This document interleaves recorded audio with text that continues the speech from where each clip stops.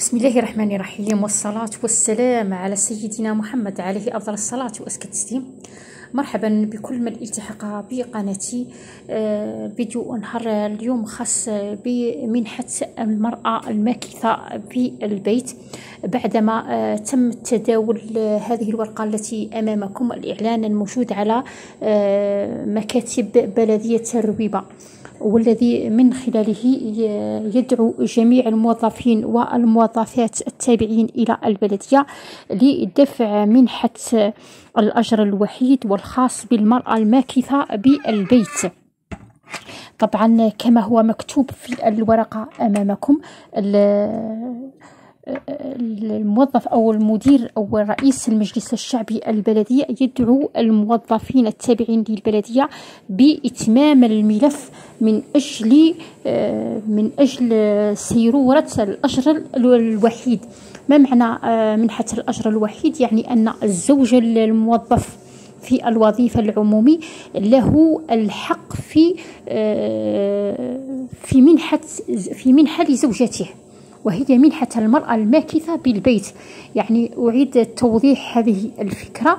إذا هنالك قرار، هذه الورقة هي راها في كافة بلدية التراب الوطني من أجل أن الموظفين تاع البلدية يدفعوا الملف تاع الأجر الوحيد، يعني إذا كان هو يعمل فقط والزوجة تاعه ما تعملش. طبعا وكما هو ساري ومعروف في كافة القطاع الوظيفة العمومي، أن الزوج من يكون يخدم هو أو الزوجة تاعه ما تكونش تخدم، عنده هو الحق في منحة المرأة الماكثة بالبيت، أو نسميها بمنحة إداريا، نسميها بمنحة الأجر الوحيد، ومقدارها 80,000 اللي هي 800 دينار جزائري. طبعا لحتى يستفيد الموظف الذي زوجته لا تعمل من هذه المنحة يجب عليه تجديد الملف سنويا. يعني كل رجل عليه تجديد الملف سنويا، يعني كي يدخل شهر جونفي يجب عليه أن يجدد هذا الملف بأن فعلا زوجته يقدم الوثائق التي تثبت بأنها زوجته لا تعمل. كاين موظفين السنة زوجة تاعها راها ما تخدمش، العام الاخر ممكن تلقى الوظيفه تاعها وتدخل تخدم. اذا هذه الورقه لتجديد ملف. أعيد ضع السطر تحت كلمة تجديد ملف. يعني الملف هو موجود، لكن مادام أنه لمدة سنة كاملة، يعني هو من جونفي حتى 31 ديسمبر، من 1 جونفي حتى 31 ديسمبر هذا الملف صالح للاستعمال. كي يدخل العام الجديد على الموظف أنه يجدد هذه الوثيقة. راني نهضر بأسلوب واضح جدا. أما منحة المرأة الماكثة بالبيت التي تطالب بها النساء اللواتي لا تعمل والزوج تاعها يعمل وهي ما تخدمش، هذا شيء آخر. هذه ماهيش منحة الأجر الوحيد، هذه منحة أخرى. طبعا كثر الحديث عنها، لكن لا محل لها من الإعراب في قانون المالية سنة 2024.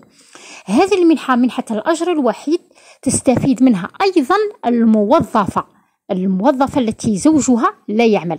مش معناها لا يعمل، مش معناها مريح في الدار لا شغل لا مشغله، قالك هو المصري يخدم بذراعه، يعني خدام عند الخاص، مش اسيوري، يلزم يكون ماهوش اسيوري.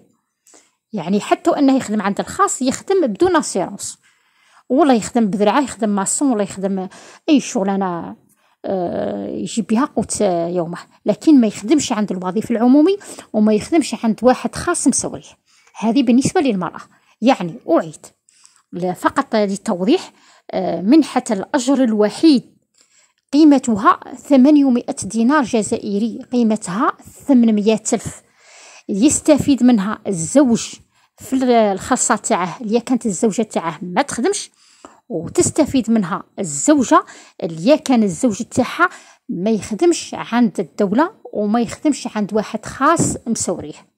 هذه يسموها منحة الأجر الوحيد، وما عندهاش ما عندها حتى قيمة، هي 80,000. هي 80,000. ونفسها طبعا نفس ما تبعدش بزاف على ثمن منحة الأطفال. منحة الأطفال هي 30,000 للطفل، 30,000 للطفل. يعني المطالب بإدراج منحة المرأة الماكثة بالبيت التي لا تعمل نظرا للظروف الاقتصادية السيئة والصعبة اللي تعيشها الأسرة الجزائرية وحيدة الدخل، وحيدة الدخل، لازلنا نطالب بها، ولا لازلنا نأمل في رئيس الجمهورية من خلال الإضافات أو الزيادات الإضافية اللي راح تزاد في شهر فبراير نطالب بها لصالح الأسرة الضعيفة الدخل. لأن الإنسان نحن نعرف بلي الأسرة الجزائرية وحيدة الدخل اللي فيها الزوج وحده يخدم ولا الزوجة وحده تخدم ما يقدرش يوفر مطالب الحياة الكبيرة والحياة الاجتماعية الصعبة اللي رانا نعيشوها مع الأطفال، مع التطورات الاقتصادية، مع التطورات التكنولوجية. كاين ما يلقاش حتى باش يعمر تليفونه، عنده تليفون مشع ما يعمرش. هذه في الكماليات.